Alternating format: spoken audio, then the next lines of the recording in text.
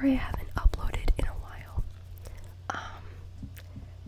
I technically did record videos, but long story short, it didn't. They got deleted. I've also been on vacation.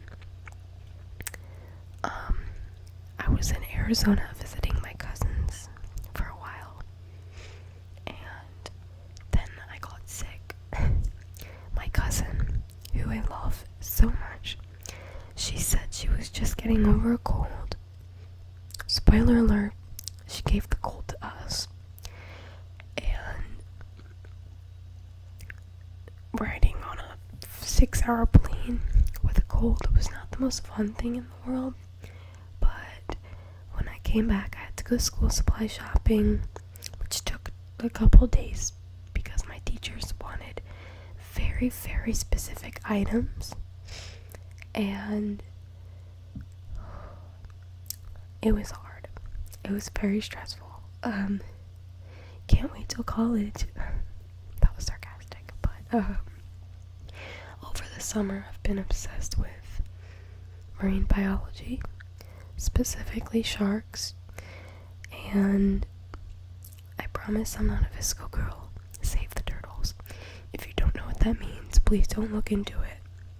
But I got some shark books, and so I'm going to be reading you some random pages of this mini shark encyclopedia. Sorry if you can hear the cold. I'm just getting over it now, so. But yeah, so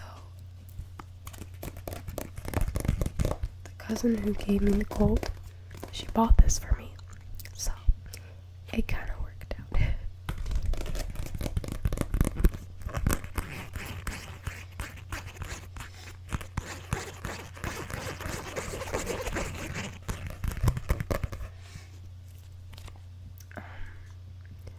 And I'm still working on the camera, by the way.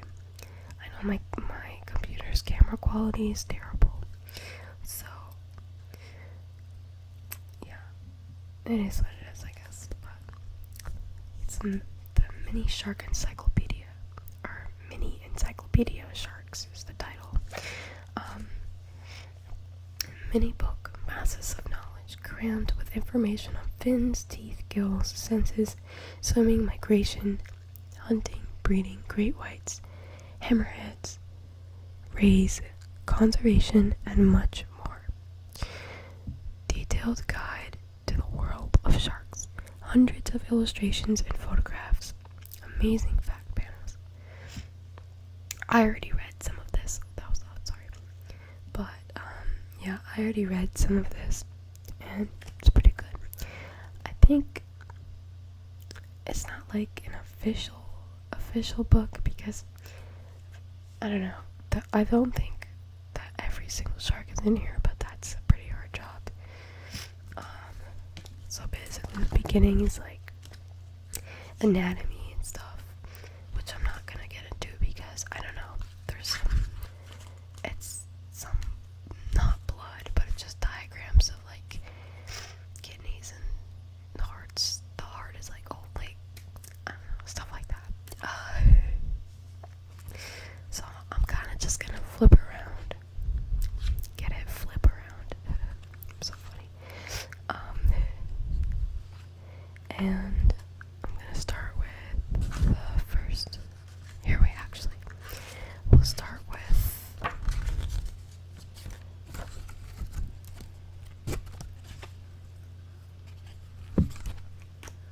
with this page. Scavenging food. Scavenging. I'm gonna try not to sniffle during this video. I don't know if you can hear me. It sounds gross. I just realized I'm doing it.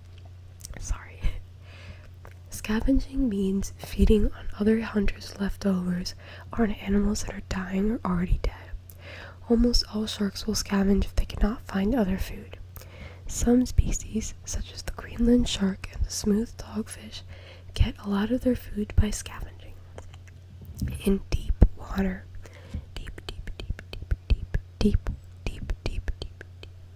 water. Sharks often feed on dead sea creatures that sink down from higher levels. Sharks scavenge human food too, especially waste food that is thrown overboard from ships. Sometimes sharks eat fish caught in fishing nets before the nets are pulled to the surface. Great whites also scavenge, especially on the bodies of dead whales. Scavenging is kind of natural recycling. It helps oceans clean and makes sure leftovers and dead animals are rapidly removed rather than left to slowly decompose in the water. The tiger shark is famous. Tiger shark is famous for its scavenging habits and will eat almost any dead meat from fish, squid, and sea snakes to seals, dolphins, and whales. Tiger sharks will also eat the carcasses of land animals, such as chickens, dogs, horses, and cows that are washed into sea. Pretty interesting. It can take up to 100 years for a whale carcass to be eaten by scavengers. More than 30,000 different types of animal feed and live off carcass at different stages. Did you know old rotting meat is bad for humans to eat, but many wild animals, such as sharks, can eat it safely? Don't try that at home. There's a picture.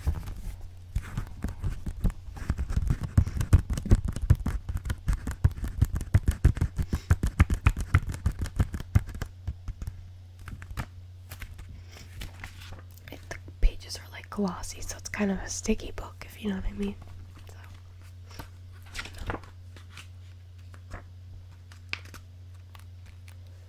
Lighting up. Each species of lantern shark, such as this velvet belly, has its own distinct pattern of glowing photophores. That animal. That one right there. I'm trying not to rub my fingers across the pages because my fingers are a little sweaty and it just doesn't make the best sound. Some shark species can glow in the dark. When animals give off light, it is known as bioluminescence, meaning living light. Glowing sharks are often found in the deepest, darkest oceans. Some deep-sea glowing species, such as the velvet belly shark, may use their lights to illuminate their surroundings and help them see prey. Lantern sharks have glowing dots around and inside their mouths, which may attract small fish and lure them in. Some sharks that live at medium depths have glowing undersides. This makes them hard to see from below, as their light bellies match the light coming down from the sea's surface.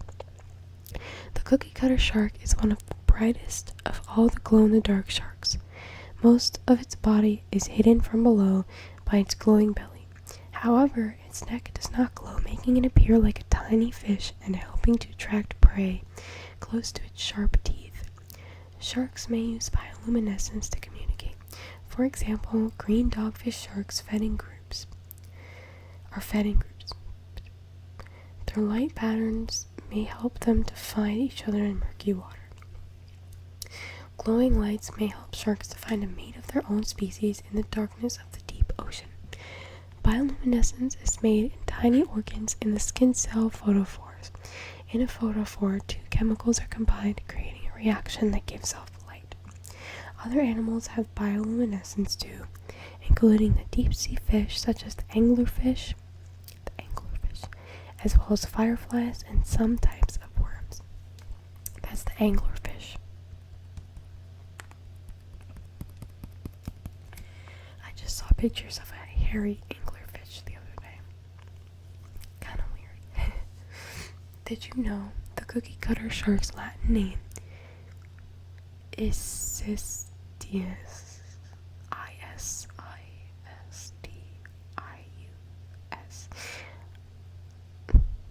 I pronounced that wrong and I know it.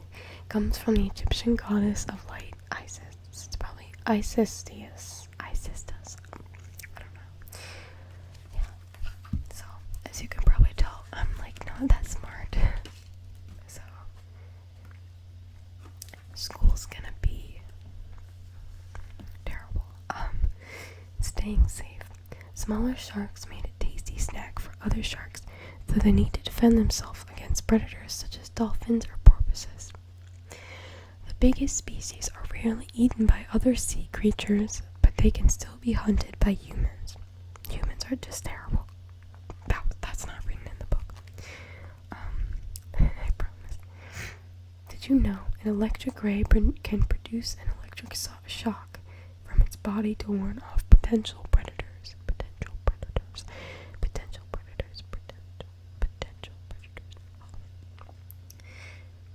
Guessing that's an electric ray right there.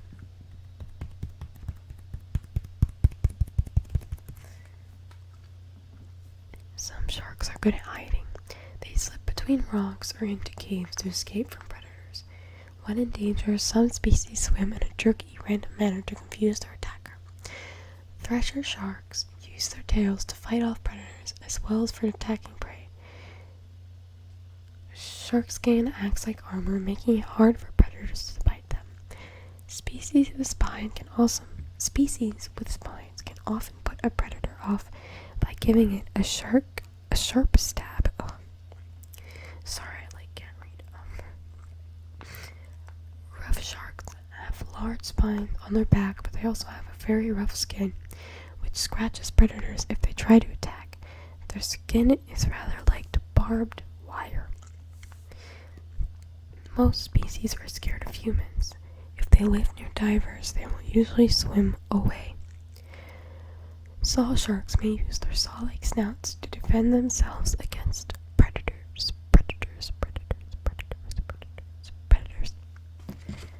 I was gonna read my summer reading book. Everyone over the summer was supposed to read a summer reading book for school. I chose Crazy Rich Asians, which is so different from the movie, by the way, but it's so much better. It's so much more like drama filled. But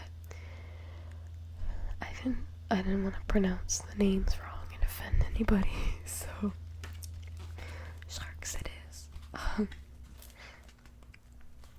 Spikes and spines. I almost dropped it. Spikes and spines. Many prehistoric sharks had sharp spines in front of their dorsal fins. So that's nice to have a little picture. So this is the first dorsal fin spine right there. It's a dorsal fin. So this is the first dorsal fin, and this is the second one.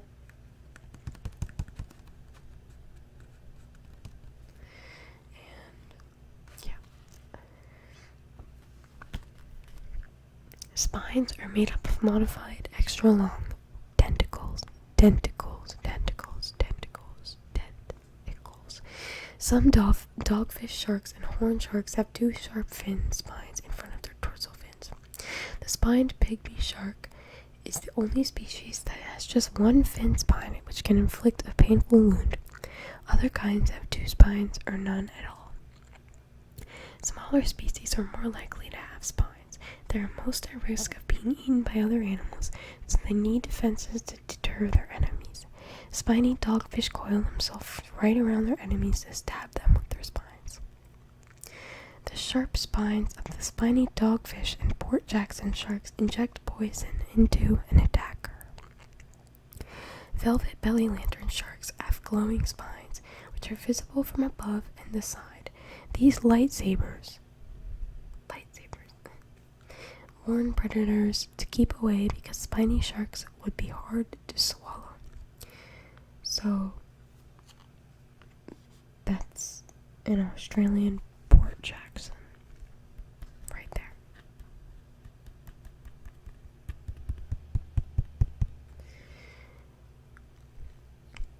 And this is the piked dogfish. Stingrays have poisonous stings in the middle of their tails.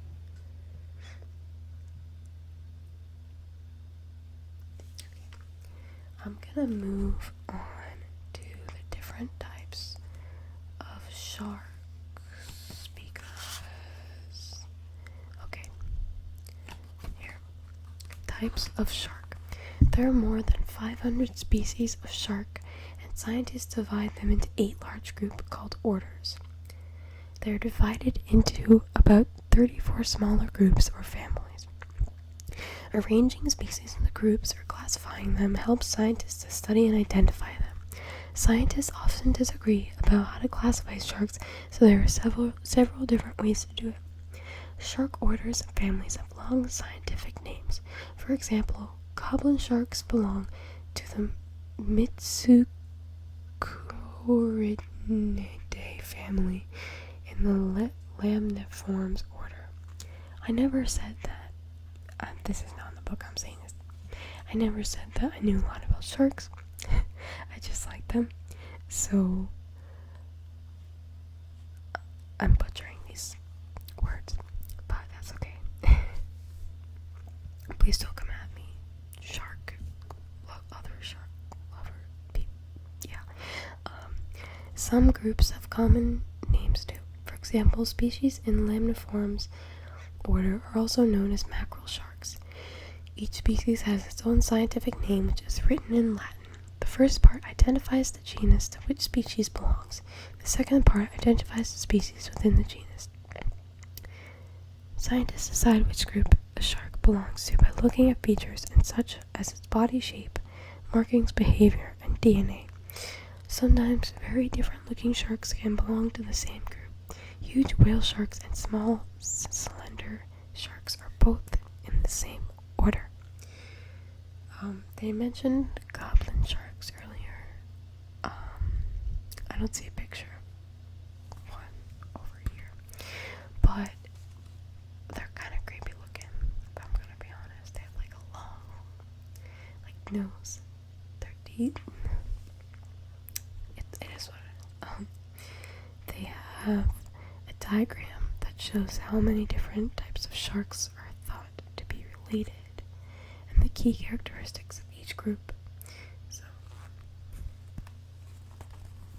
here it is.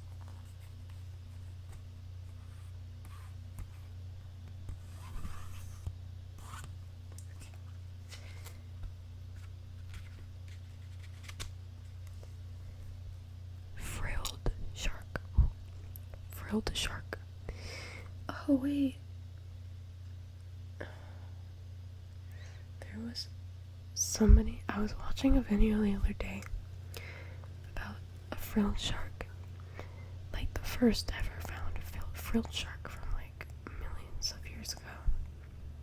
Like the species was dominant millions of years ago. And it basically just these people brought it to an aquarium and it died there. It was already old, so they didn't do any harm to it. But yeah, that was so random. Sorry. Okay. So this is the frilled shark. Pretty cool looking dude. The frilled shark is the only species in its family. A strange looking shark, it has big frilly gill slits. The first pair reach around its head like a collar. Right there.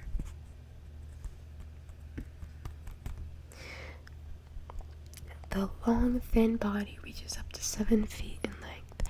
Frilled sharks only have one dorsal fin instead of 2, as most other sharks have. Due to its snake-like appearance, this shark is sometimes mistaken for an eel or a sea snake. Frilled sharks have usual teeth with 3 sharp points on each tooth. Found in the cold, deep water of the Pacific and Atlantic Oceans, frilled sharks feed on prey such as octopus and squid. Their jaws stretch wide to engulf their prey. The frilled shark has 6 gill slits behind its head on each side of its body. This is very unusual. Most sharks only have 5. People used to think that the frilled shark was extinct, as it was known only from ancient fossils. The living specimens were first discovered in the late 19th century. The frilled shark's mouth is at the front of its head, with the nostrils on top. Species that evolved more recently have their mouth and nostrils on the underside of the head. Did you know the frilled shark's lateral line system is just an open groove, not buried in the skin as in the other sharks? So, here's the one dorsal fin. Right there.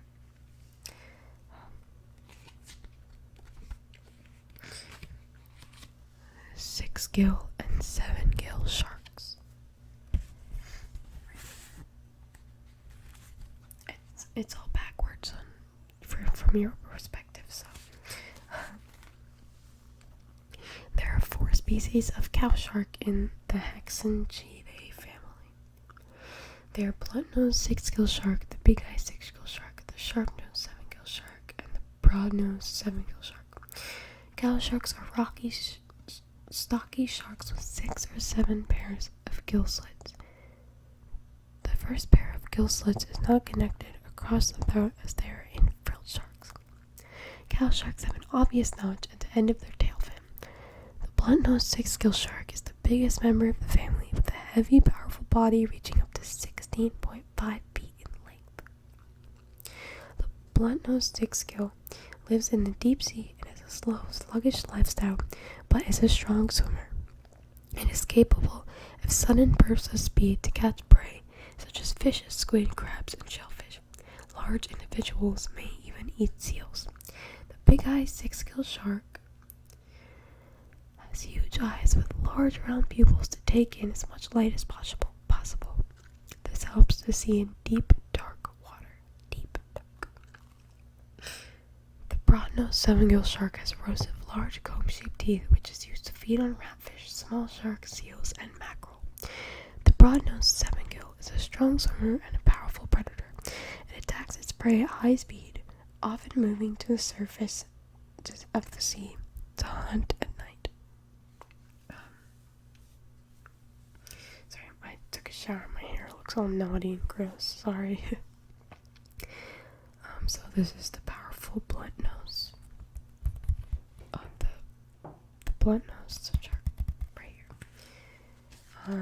I'm gonna skip a couple pages because this is.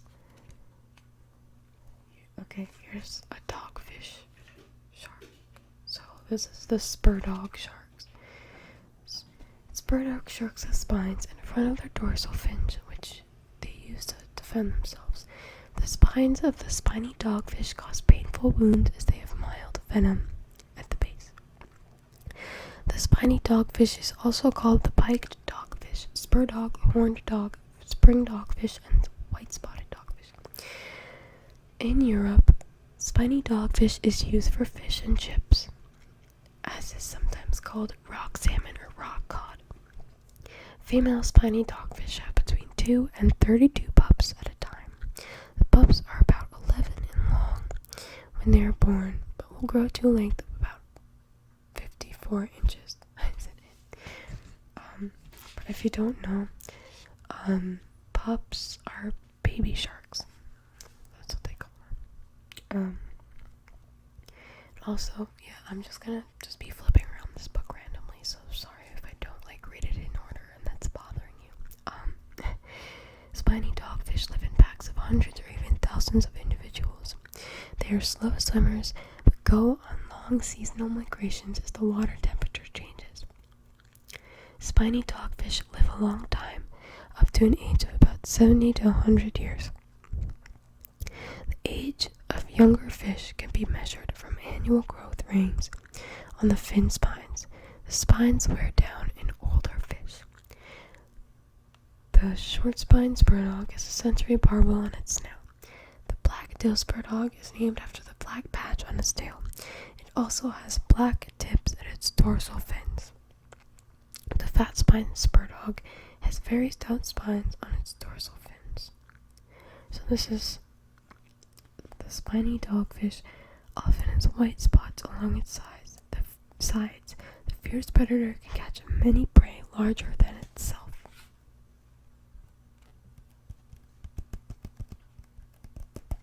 I can't really tap with my left hand. Let's see. Maybe I can find the goblin shark. Oh, here it is. The one that I was talking about earlier. Look at it. It's a pretty interesting looking fella. He's not actually like that pink color. I told you he had a long looking nose. With his its incredibly long, flattened, and pointed snout, the goblin shark looks very strange. That's not nice. The long snout looks like a weapon, but in fact, scientists think it helps the shark find prey using the sense of electrical detection. Goblin sharks have pale pink skin that is much softer and flabbier than most other sharks. It bruises easily. Goblin sharks feed on fish, squid, and crustaceans such as crabs and lobsters. Like many sharks, the goblin shark pushes its jaw forward as it attacks. They have sharp teeth at the front of their mouths for grabbing prey and smaller teeth at the back for chewing. When they are born, goblin sharks are 31 to 35 inches long, but they grow to lengths of at least 13 feet. Goblin sharks live in the Atlantic Ocean, Pacific Ocean, and Western Indian Ocean.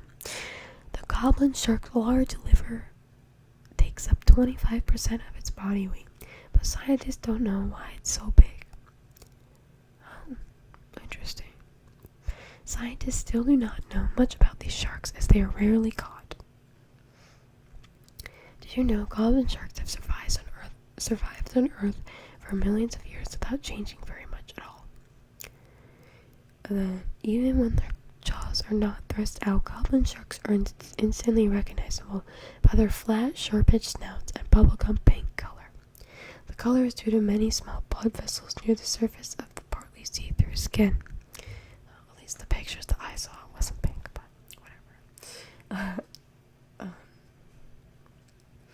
Yeah, they're found at very low depths, so that's why they haven't been seen very much. So, but they look pretty freaking cool. Let's see. Sand tiger shark.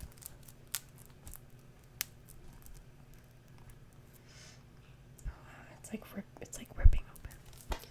I got this book for a huge sale, so it's fine. A typical sand tiger shark is around 7 to 10 feet long. Right there. Sand tiger sharks are not closely related to tiger sharks. They belong to a different order and are more closely related to makos and great whites. They are named after their habit of swimming over the sandy seabed because of their large, sharp teeth. Their diet is mainly fish, but occasionally sand tigers kill and eat bigger animals such as sea lions. The species is popular in aquariums. They are exciting to watch and survive well in captivity. The sand tiger shark has lots of gaps between its irregular projecting teeth, giving it a snaggletooth appearance. Did you know sand tiger sharks have been known to approach divers who are spearfishing and grab the fish off the spears? That's actually pretty fun. Sometimes sand tiger sharks feed together, surrounding prey to make it easier to catch. Sand tiger sharks can swallow air from the surface to help them hover at a particular depth in the water without using up a lot of their energy. Male sand tiger sharks guard females after mating, which gives their pups a better chance of survival until they're born. Female sand tiger sharks give birth to 2 pups every other year after a pregnancy of being 9 and 12 months. Pups hatch out of eggs inside the mother and feed on the eggs and smaller pups that are produced after them. A mouthful of sharp, pointed teeth helps the sand tiger shark to keep hold of slippery fish easily.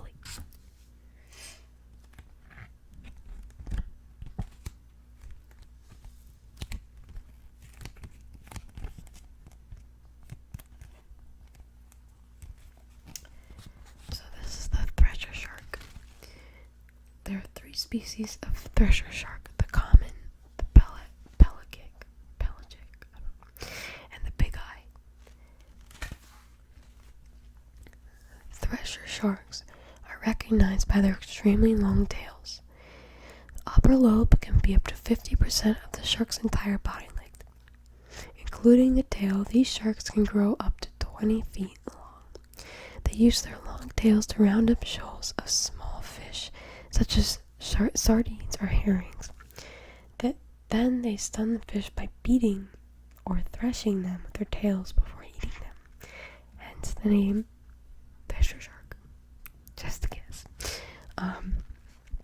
Although threshers are big, their mouths are small, so they only eat little prey. 2 or more thresher sharks may work together to catch fish.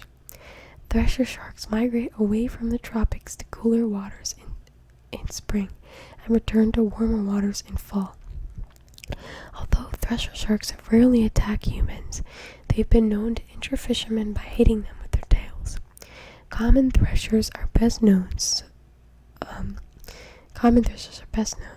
and are often seen near the seashore.